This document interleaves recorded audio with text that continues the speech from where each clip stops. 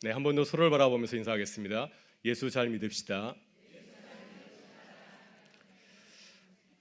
네, 어제 홍종길 남선 은혜교회 원로 목사님이 박근혜 대통령의 하야를 요구하는 호소문을 발표하였습니다. 홍종길 목사님은 우리나라 개신교회 복음주의 교회를 대표하시는 분이십니다. 청년 CCC 사역을 오래 하였고 또 유학생들 사역 코스타를 이렇게 처음 시작하신 분이기도 합니다. 서초구에는 남서울교회를 개척한 후에 교회를 크게 성장시키고 20년 후에 본인이 물러나셔서 발달 장애인을 위한 미랄학교를 세우고 또 남서울 은혜교회를 이렇게 은혜 가운데 잘 이끄신 분이시죠. 평생을 복음을 전하는 일에만 집중하신 분이십니다. 정체는 무관하게 복음을 전하는 일에만 전념하던 분이 대통령의 하야를 요구하는 호소문을 발표해서 아마 모든 사람들을 깜짝 놀라게 하였습니다. 홍종길 목사님이 현 시국에서 대통령의 하야를 요구하는 세 가지 이유를 제시하고 있습니다. 첫째는 최근의 사태가 국가의 격이 무너지는 일이 생길 염려가 있다고 하는 것이죠. 홍종길 목사님은 북한에 굶주리는 아이들을 돕는 남북 나눔운동 이사장으로 23년간 이 북한과 교류를 하면서 사역을 해왔습니다. 북측에 있는 사람들이 이렇게 물었답니다. 남측 사람들이 말하는 민주화가 무엇입니까? 라고 물었을 때 홍종길 목사님은 이렇게 대답을 하였다고 합니다. 국가 체계 책임자가라 할지라도 잘못했으면 감옥 가는 것입니다. 그 얘기를 듣고 그 북측 사람들은 한 번도 더 이상 이 민주화에 대해서 얘기를 꺼내지 않았다고 합니다. 오래전에 터키에 있을 때 노태우 대통령이 감옥에 들어가는 것을 보게 되었답니다. 그때 굉장히 부끄러웠대요. 우리나라 대통령이 감옥 가는 거 참 부끄럽다 생각하고 있었는데 그때 터키 사람들은 굉장히 부러워했답니다. 대통령이 감옥 가는 나라 정말 근사하다, 정말 부럽다 하는 얘기를 듣고 나서 자신의 그 생각이 달라졌다고 합니다. 대통령이 감옥에 가는 것, 그것은 건강한 민주국가의 모습이라고 하는 것이죠. 따라서 대통령이 잘못했을 때 물러나는 것은 부끄러운 것이 아니라 자연스러운 일이라고 하였습니다. 그러니 안심하고 하야하라고 하는 것이죠. 두 번째는 이렇습니다. 박근혜 대통령은 자신 때문에 아버지 대통령이 하신 그 일들이 치욕으로 바뀌고 또 역사 속에 묻힐지도 모른다는 걱정을 할 수가 있습니다. 그러나 염려하지 말라고 하는 것이죠. 왜냐하면 역사는 시간이 지나면 바른 평가를 내리기 때문이라고 말하고 있습니다. 그러면서 이 목사님께서 홍정길 목사님께서는 자신이 예전에 CCC 총재이신 김준건 목사님과 나눈 대화를 소개해 주었습니다. 자신이 젊은 시절에 김준건 CCC 총재 목사님이 박정희 대통령과 친하게 지냈습니다. 그래서 이 김준건 목사님께 이렇게 대들었답니다. 어떻게 독재자 대통령하고 친하게 지내십니까? 라고 물었을 때 김준건 목사님은 자신은 목회자로서 한 영혼을 배려하는 차원에서 이 박정희 대통령을 찾아갔다고 하는 거죠. 그러면서 그분과의 대화 속에서 자신이 발견한 한 인간으로서의 대통령의 모습을 이렇게 들려주었다고 합니다. 그 얘기를 들으면서 자신이 박정희 대통령에서 가졌던 많은 오해들이 바뀌어서 또 좋은 인상을 갖게 되었다는 그러한 얘기를 해주었습니다. 따라서 역사는 시간이 지나면 그 진정성을 스스로 밝혀준다고 하는 것입니다. 그러니 염려하지 말고 하야하라고 하는 두 번째 이유고요. 세 번째 이유는 이렇습니다. 박근혜 대통령은 대국민 담화문에서 내가 이르려고 대통령이 되었나 하는 그러한 탄식을 하였습니다. 홍종길 목사님은 대통령이 고백한 것처럼 대통령이 소도 웃을 그러한 일을 저질렀다고 하는 것입니다. 이제 대통령은 본인이 행한 일에 대해서 탄식하는 것으로 그치지 말고 국정을 논간하고 대통령을 이용하여서 사리사욕을 채운 모든 사악한 세력들과 함께 그 자리에서 물러나야 된다 이렇게 말씀을 하고 있습니다. 그러면서 구약 성서에 나오는 삼손 이야기를 들었습니다. 우리가 삼손 이야기 잘 알고 있죠. 삼손이 한 여인의 유혹에 빠져서 자신의 책무를 다하지 못하고 큰 범죄를 저지르게 되었습니다. 그 일에서 하나님께서는 그에게 주셨던 모든 권한들, 모든 능력을 다 빼앗아 갔습니다. 그래서 삼손은 원수들에게 붙잡혀서 눈을 뽑히고 연자맷돌을 도는 처량한 신세가 되고 말지 않았습니까? 그런데 삼손은 이렇게 치욕스러운 삶을 보낼 때 하루는 블레셋 사람들의 축제를 맞이하게 되었습니다. 그때 블레셋 사람들이 그를 데리고 나가서 경기장에 있는 큰 기둥에 이렇게 묻게 하였습니다. 그때 그는 하나님께 도움을 청하였습니다. 하나님, 나에게 다시 힘을 주십시오. 그래서 있는 힘껏 그 기둥을 물 때 그 경기장이 무너져서 많은 사람들이 죽게 되었습니다. 그가 생전에 죽였던 사람들보다 더 많은 사람들이 그 사건을 통하여서 죽게 되었다고 성경은 기록하고 있습니다. 이렇게 삼손은 마지막에 스스로 자신을 내려놓음으로써 거룩한 죽음을 맞이하였습니다. 그래서 이스라엘 괴롭게 하였던 블레셋의 모든 불의한 세력들을 다 무너뜨렸습니다. 홍정기 목사님은 대통령에게 삼손과 같은 결단을 호소하였습니다. 지금 대통령이 하야한다면 그것은 부끄러운 일이 아니라 국가를 위한 최선의 헌신이자 또 새로운 대한민국의 건설을 위한 그 밑거름이 될 것이라고 그렇게 지적을 하였습니다. 저는 홍정길 목사님이 참 용기 있는 크리스찬이라는 생각을 하게 되었습니다. 그분은 국가와 교회의 원로로서 또 나라 민족을 사랑하는 그 마음을 가지고서 또 한 목회자로서 대통령을 불쌍한 영혼으로 바라보면서 마음에 있는 충정 어린 진심을 대통령에게 드렸다고 생각합니다. 홍정길 목사님의 그 호소문은 이 시대를 살아가는 교회가 세상을 향해서 무엇을 전해야 되는가, 우리가 가지고 있는 그 진리가 무엇인가 하는 것을 그분의 짧은 호소문 속에 잘 들어있다고 생각이 듭니다. 그래서 우리도 홍정길 목사님과 같은 그런 용기 있는 크리스찬이 될 수 있기를 바랍니다. 오늘 우리는 로마서 9장부터 11장에서 이스라엘의 구원 문제를 가지고서 유대인들과 이방인 그리스도인들에게 하나님의 말씀을 담대하게 전하는 사도 바울을 만나게 됩니다. 우리가 사도 바울에게서 배울 점은 무엇인가요? 그는 자신의 동족인 이스라엘 백성들이 자신의 그 의를 자랑하다가 하나님의 아들도 알아보지 못하고 하나님의 구원에 이르지 못한 것을 안타깝게 바라보고 있습니다. 그런데 그는 침묵하지 아니하고 이스라엘 백성들에게 다가가서 그들이 잘못하고 있는 사실을 이렇게 지적하고 담대하게 지적하고 있다고 하는 사실입니다. 여러분, 우리도 자신의 나라와 민족을 사랑하는 사도 바울의 열정을 배울 수 있기를 바랍니다. 그래서 하나님의 말씀을 깨닫지 못하고 바른 길을 걸어가지 못하는 많은 우리 주변의 이웃들을 향하여서 하나님의 말씀을 바르게 전하기 위해서 애쓰는 사도 바울과 같은 하나님의 사람들이 될 수 있기를 바랍니다. 로마서 9장에서 바울은 하나님이 이스라엘을 어떻게 선택하였는지를 우리가 지난 시간 살펴보았습니다. 바울이 전하는 메시지의 포인트는 무엇입니까? 하나님께서 이스라엘을 선택하신 것은 그들의 행위 때문이 아니었습니다. 그것은 전적인 하나님의 은혜였습니다. 통일장애와 같은 하나님이지 않습니까? 이 전적인 주권을 가지고 계신 하나님께서 이스라엘을 선택하셨다고 하는 것이죠. 하나님께서 그들을 은혜 가운데 부르셨기 때문에 그들이 이스라엘 백성, 하나님의 백성이 되었다고 말씀을 하고 있습니다. 여러분, 우리도 하나님의 자녀가 된 것은 우리가 잘나서 된 것이 아니라 하나님께서 우리를 긍휼히 여겨 주셨기 때문에 우리를 이 자리에 이렇게 모이게 하신 줄 믿습니다. 하나님의 그 은혜, 우리가 하나님의 은혜 가운데 서 있음을 늘 기억하면서 감사함으로 나아가는 우리 모두가 되실 수 있기를 바랍니다. 이제 로마서 10장에서 사도 바울은 새로운 문제를 제기하고 있습니다.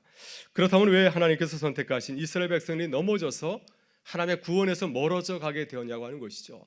이 소중한 이스라엘 백성들, 얼마나 소중한 사람들입니까? 그런데 그들이 그 복을 누리지 못하고 이제 하나님의 구원에서 점점점 멀어져 가고 있습니다. 왜 이방인들은 예수 그리스도를 영접하고 하나님의 의로운 백성이 되었는데 정말 예수를 잘 믿어야 되는 이 유대인들은 왜 점점점 하나님의 의에서 멀어져 가고 있느냐고 하는 것입니다. 여러분, 우리 주변을 바라보게 되면 우리 주변에도 유대인 같은 자들이 있습니다. 점점점 더 예수를 잘 믿었고 신앙생활을 잘할 수 있을 것처럼 보이는데 그러지 아니하고 점점점 멀어져 가는 자들이 있습니다. 오늘 사도 바울은 왜 유대인들이 하나님의 의에 이르지 못하게 되었는지, 왜 그들이 하나님의 선택받은 축복받은 백성임에도 불구하고 그 복을 누리지 못했는지를 우리에게 전하면서 우리들이 하나님 앞에서 어떠한 그 지식을 가지고서 또 어떤 믿음을 가지고 살아가야 되는지에서 우리에게 말씀을 하고 있습니다. 그래서 오늘 주신 말씀을 통하여서 우리가 바른 믿음과 지식을 가지는 하나님의 사람들 될 수 있기를 바랍니다. 첫째, 우리는 하나님의 의에 대해서 바른 지식을 가져야 됩니다. 우리 본문 1절부터 4절까지의 말씀을 다시 한번 읽어보겠습니다. 형제들아, 내 마음에 원하는 바와 하나님께 구하는 바는 이스라엘을 위함이니 곧 그들로 구원을 받게 함이라. 내가 증언하노니 그들이 하나님께 열심히 있으나 올바른 지식을 따른 것이 아니니라. 하나님의 의를 모르고 자기 의를 세우려고 힘써 하나님의 의에 복종하지 아니하였느니라. 그리스도는 모든 믿는 자에게 의를 이야기하여 율법이 마침이 되시니라. 아멘. 1절에서 바울은 자신의 소원이 무엇이라고 고백하고 있습니까? 자신의 소원은 이스라엘 백성들이 구원을 받는 것이라고 고백하고 있습니다. 일찍이 모세도 자신의 동족을 무척 사랑하였습니다. 이스라엘 백성들이 하나님 말씀대로 살지 아니하고 우상을 섬길 때 하나님께서 너무 화가 나셔가지고 진노하셨습니다. 그리고 모세에게 야, 얘네들 없애버리고 내가 너를 통해서 새 민족을 이루시겠다고 말씀하였을 때 모세는 즐거워하지 아니하고 우리 백성의 죄를 용서해달라고 하나님께 호소하였습니다. 만일 그렇지 아니하면 자신의 이름을 생명책에서 지워달라고 하였습니다. 바울도 유대인에 대한 그런 사랑과 열정을 가지고 있습니다. 그의 소원은 무엇입니까? 다시 내 민족이 하나님의 구원받는 백성이 되는 것, 내 민족이 잘 되는 것, 이것이 바울의 첫째 가는 소원이라고 말씀을 하고 있습니다. 여러분, 그런데 바울이 이렇게 사랑하는 유대인이 구원에 이르지 못한 이유가 무엇입니까? 그것은 그들이 율법에 대한 열심은 있지만 그 열심이 잘못되었기 때문이죠. 다시 말해서 하나님에 대한 말씀에 대한 지식은 있지만은 그 지식이 잘못되었기 때문입니다. 방향이 잘못 설정되어 있기 때문에 그들의 열심이 그들을 망치게 되었다고 말하고 있습니다. 2절을 보게 되면 바울은 이렇게 말합니다. 내가 증언하노니 그들이 하나님께 열심히 있으나 올바른 지식을 따른 것이 아니니라, 이렇게 말하고 있습니다. 유대인들은 자신의 의를 드러내기 위해서 열심히 율법을 지키고 있습니다. 이것이 유대인이 가지고 있는 아주 심각한 문제라고 할 수 있습니다. 아무리 하나님에 대한 바른 지식이 있다 할지라도, 말씀에 대한 지식이 있다 할지라도, 그것을 또 열심히 지킨다 할지라도, 그러나 자기의 의를 드러내기 위해서, 내 의를 드러내기 위해서 내 스스로 내 능력으로 구원에 이르기 위해서 나아가는 것은 그것은 아무런 쓸모가 없다고 하는 것입니다. 왜냐하면 사람은 자신의 의를 통하여서 하나님의 구원에 이를 수 없기 때문입니다. 바로 여기에 우리가 신앙생활을 하면서 자신의 행위와 의를 삼가야 하는 중요한 이유가 있는 줄 믿습니다. 우리가 신앙생활을 경건하게 하는 이유는 이것을 통하여서 구원을 이루려는 것이 아니죠. 우리가 수예배도 참석하고 또 새벽 예배도 나오고 성경 일독하고 하는 것은 이것을 통해서 우리가 구원에 이르겠다, 이렇게 하면 하나님께서 우리를 기뻐하시겠지, 그런 뜻이 전혀 아니죠. 우리가 매주일 예배를 드리고 하나님께 또 감사함으로 또 여러 가지 사역을 감당하는 것은 주님께서 우리에게 주신 은혜가 너무나 크기 때문에 우리가 그 감사함에 보답하러 나아가는 것인 줄 믿습니다. 여러분, 우리 인간적인 어떻습니까? 저는 제 자신을 바라보게 되면 제 자신이 이스마엘 같고 에서 같고 바로와 같습니다. 근데 하나님께서는 나를 그렇게 대하지 아니하시고 나를 이삭처럼 대해 주셨고 또 야곱처럼 대해 주시고 또 나를 모세처럼 대해 주신 것을 보게 됩니다. 그래서 하나님께서는 나는 영광의 그릇이 될 수가 없는데 하나님은 나를 사랑하시고 나를 영광의 그릇으로 더 기쁘게 사용하시는 것을 보게 됩니다. 그래서 바울 사도는 늘 이렇게 고백하지 않습니까? 나의 나된 것은 오로지 하나님의 은혜입니다. 그런데 우리들이 신앙생활을 하다 보면은 나도 모르게 율법적인 행위를 집중을 하게 되죠. 내가 열심히 신앙생활 하다 보면은 열심히 신앙생활 하지 않는 사람들 이렇게 바라보면서 판단할 때가 참 많이 있습니다. 그런 내 행위를 자랑하고 또 사람들에게 내세우고 싶어합니다. 그때 우리는 이러한 유혹을 뿌리치고 멀리해야 될 줄 믿습니다.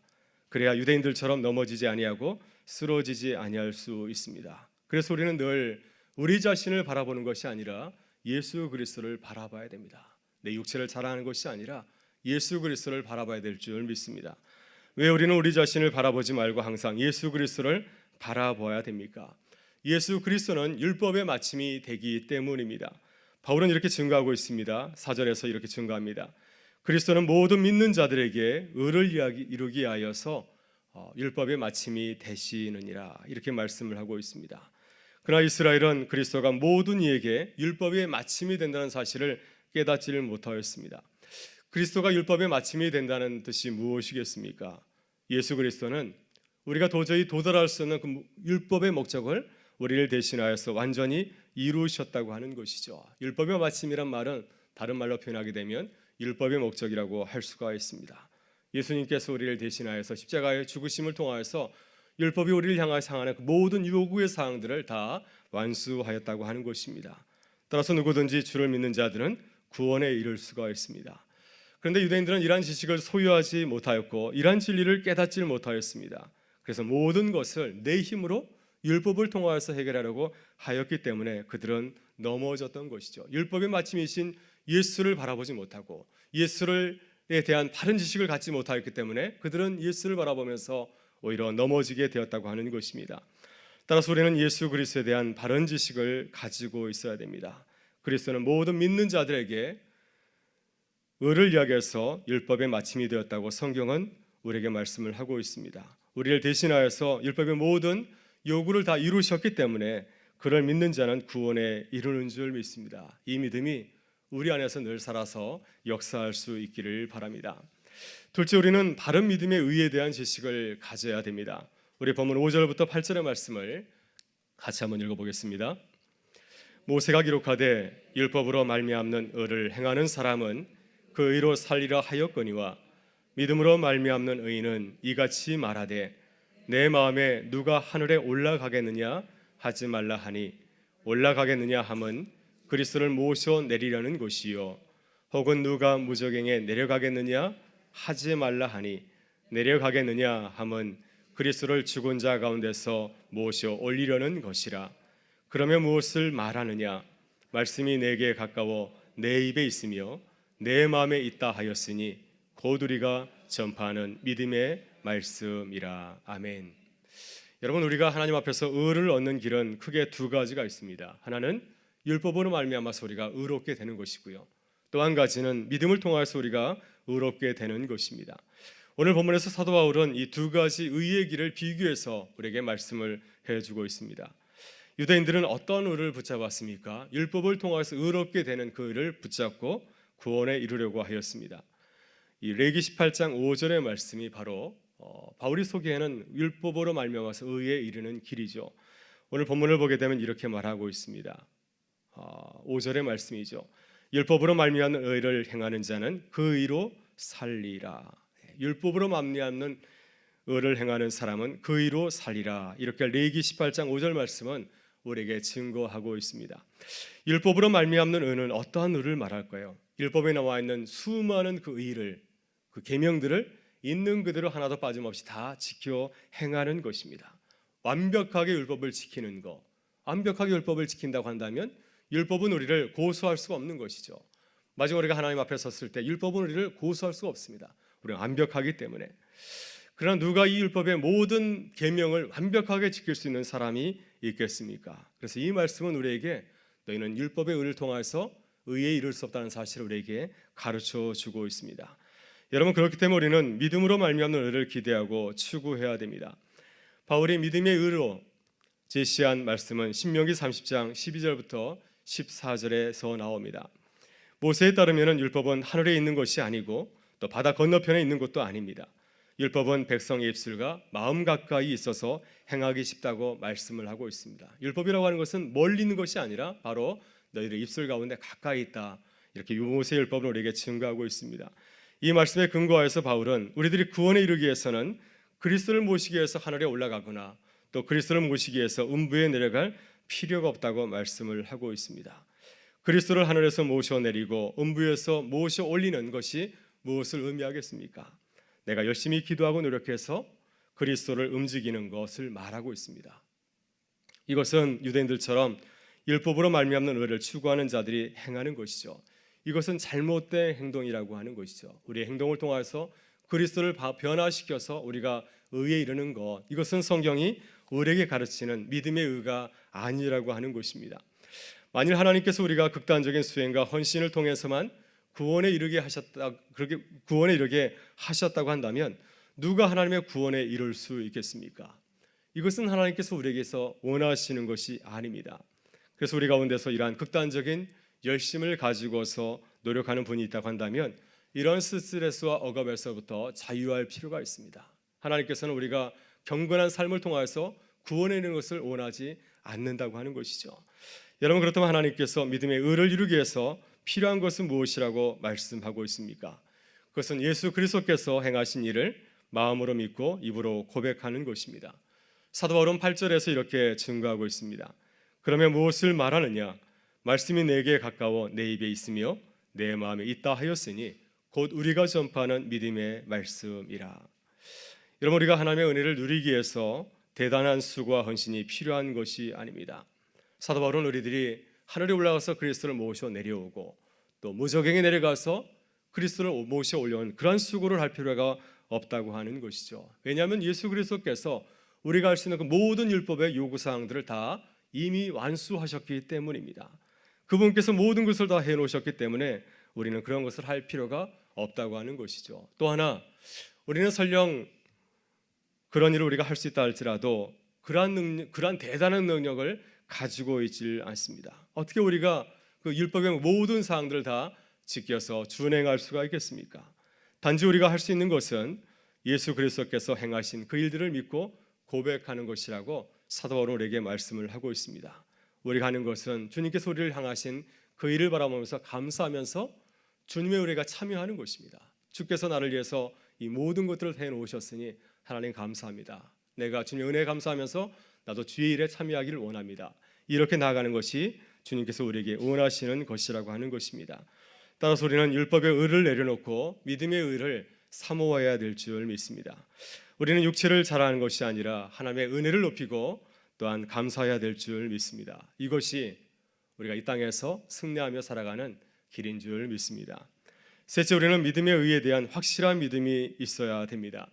본문 9절부터 13절의 말씀을 우리 마지막으로 읽어보도록 하겠습니다. 내가 만일 내 입으로 예수를 주로 시인하여 또 하나님께서 그를 죽은 자 가운데서 살리신 것을 내 마음에 믿으면 구원을 받으리라. 사람이 마음으로 믿어 의에 이르고 입으로 시인하여 구원에 이르느니라. 성경에 이르되 누구든지 그를 믿는 자는 부끄러움을 당하지 아니하리라 하니 유대인이나 헬라인이나 차별이 없음이라. 한 분이신 주께서 모든 사람의 주가 되사 그를 부르는 모든 사람에게 부요하시도다. 누구든지 주의 이름을 부르는 자는 구원을 받으리라. 아멘. 사도 바울은 어떻게 이방인 그리스도인들이 이렇게 하나님의 의에 이르게 되는지를 우리에게 증거하고 있습니다. 그들이 어떻게 하나님의 의에 이르게 되었습니까? 입으로 믿어 시인하고 마음으로 믿었기 때문인 거죠. 예수를 입으로 믿고 마음으로 시인하였기 때문에 그들이 이제 하나님의 의에 이르게 된 것입니다. 여러분, 이방인들은 율법의 의를 버리고 믿음의 의를 붙잡았습니다. 우리는 율법을 통하여서 의에 이를 수 없다.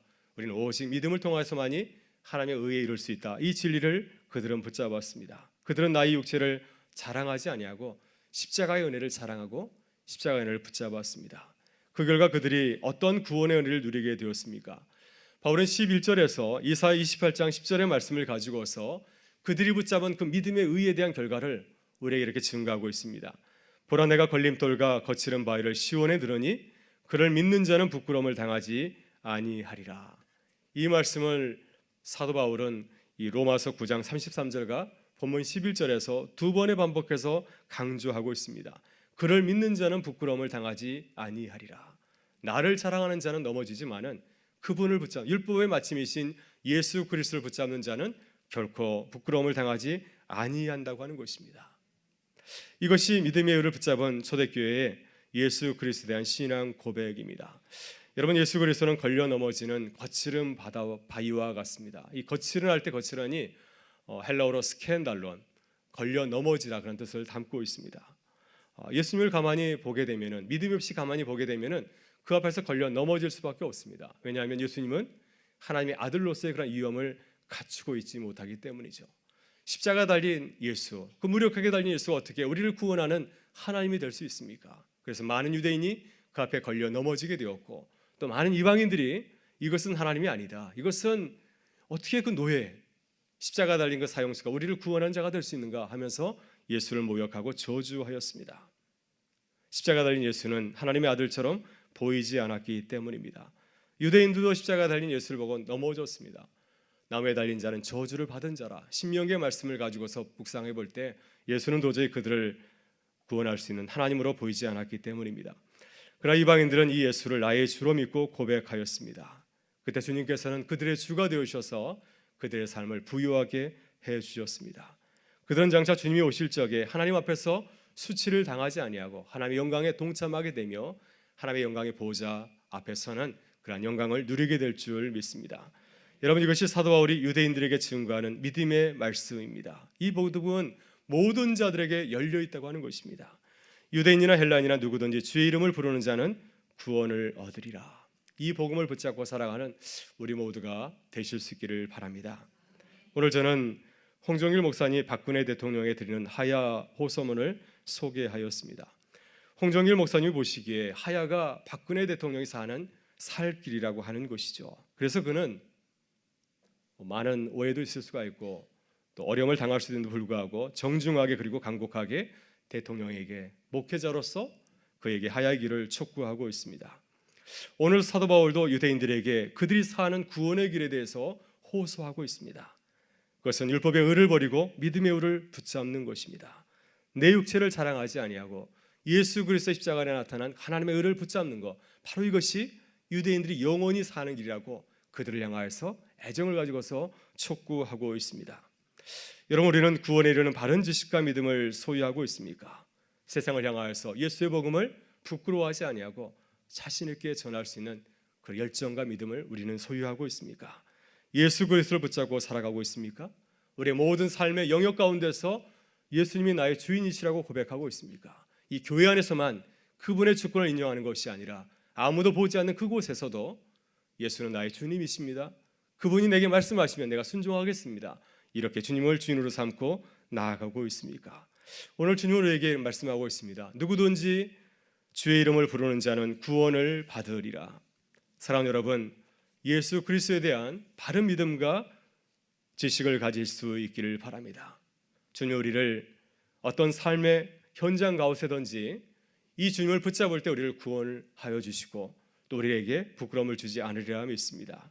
또 우리가 주님을 붙잡을 때 하나님의 임재와 영광을 보게 될 줄 믿습니다. 오늘 주님께서 우리에게 말씀하십니다. 누구든지 그를 믿는 자는 부끄러움을 당하지 아니하리라. 누구든지 그를 믿는 자는 부끄러움을 당하지 아니하리라. 이 믿음이 우리의 고백과 삶이 될 수 있기를 바랍니다. 예수 그리스도에 대한 그 믿음과 지식을 가지고서 이 어려운 시국 가운데서 우리의 삶의 자리 가운데서 승리하는 하나님의 사람들 될 수 있기를 주의 이름으로 축원합니다. 함께 기도하시겠습니다. 창조 주신 아버지 하나님, 우리의 구원 되시는 주님을 바라보며